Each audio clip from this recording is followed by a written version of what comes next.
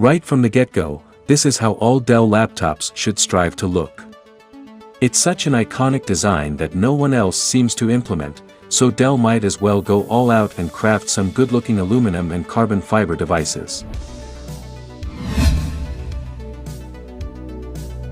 The XPS 179720's appearance is stunning and has aged pretty well, considering that this is the third year that we've seen it.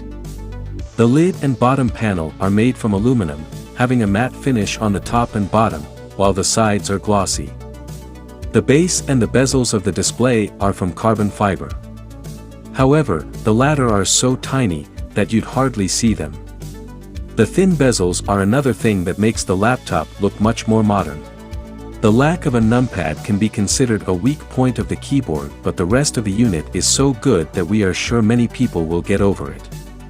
All in all, the unit is very comfortable for typing, even at night, thanks to the backlight. The touchpad is massive and has the responsiveness and accuracy to match. Another shortcoming of the laptop is the port selection.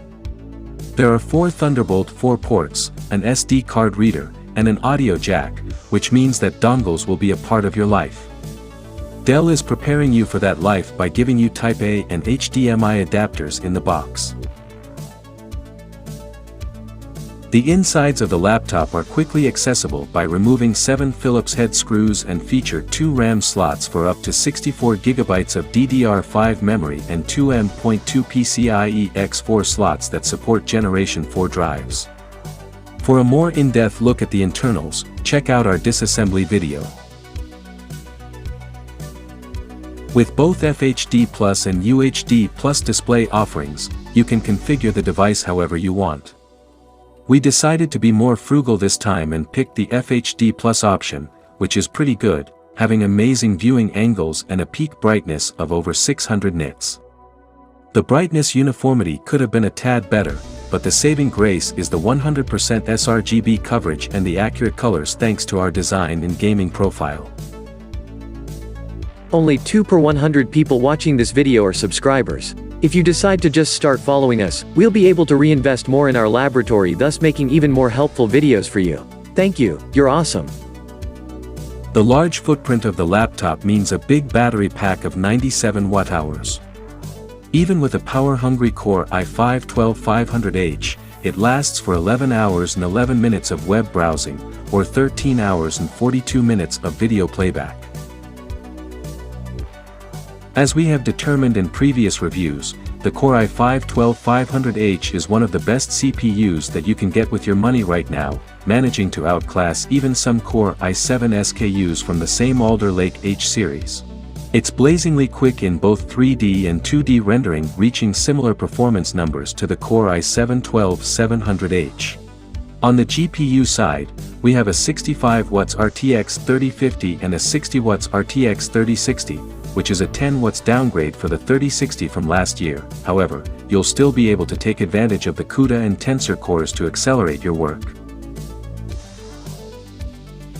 The CPU and GPU are covered by a vapor chamber that is surrounded by 2 fans on the left and right sides.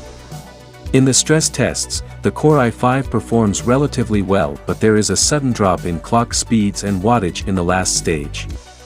The RTX 3050 is limited by its 65 watts TGP, but it's still pushing well over 1700 MHz.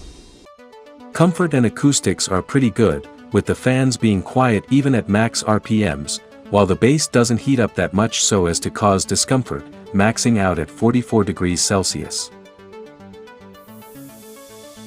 While you can get a higher performing laptop for the same or even less money, it would hardly look as good or have the same attention to detail, design, and build quality. Of course, we've done a lot more tests and you can check out all the results in our in-depth review on laptopmedia.com. You'll find the link in the description below the video.